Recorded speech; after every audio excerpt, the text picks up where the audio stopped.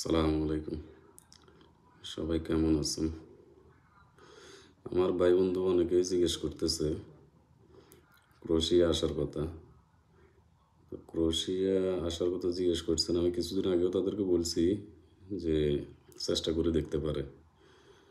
তবে এই মুহূর্তে বলবো যারা ক্রোয়েশিয়া আসার জন্য ইচ্ছুক আছেন তারা যেন ক্রোয়েশিয়ার জন্য ফাইল জমা না দেয়।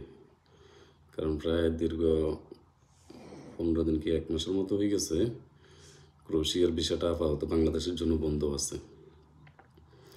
অবশ্য বন্ধ করার কারণটাও আমরাই। কারণ যারাই বাংলাদেশ থেকে ক্রোয়েশিয়াতে আসতেছে তারা কেউ ক্রোয়েশিয়াতে অবস্থান করতেছে না, বিভিন্নভাবে বিভিন্ন দেশে চলে যাইতেছে।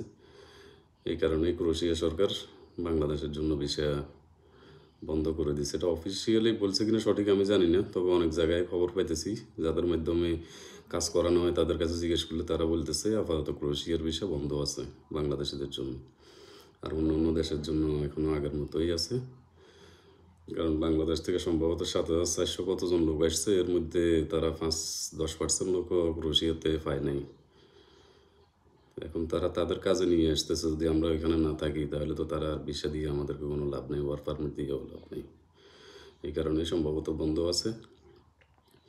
তো আপনারা যারাই ক্রোয়েশিয়ার জন্য ফাইল জমা দিতে চাইতেছেন আপাতত ফাইল জমা দিয়েন না, অন্য কোনো দেশে দেখতে পারেন। রোমানিয়া আছে, আরও বিভিন্ন দেশ আছে, আরও 2-1টা দেশ আছে, আমার নাম মনে পড়তেছে না, ওইগুলোতেও ট্রাই করে দেখতে পারেন।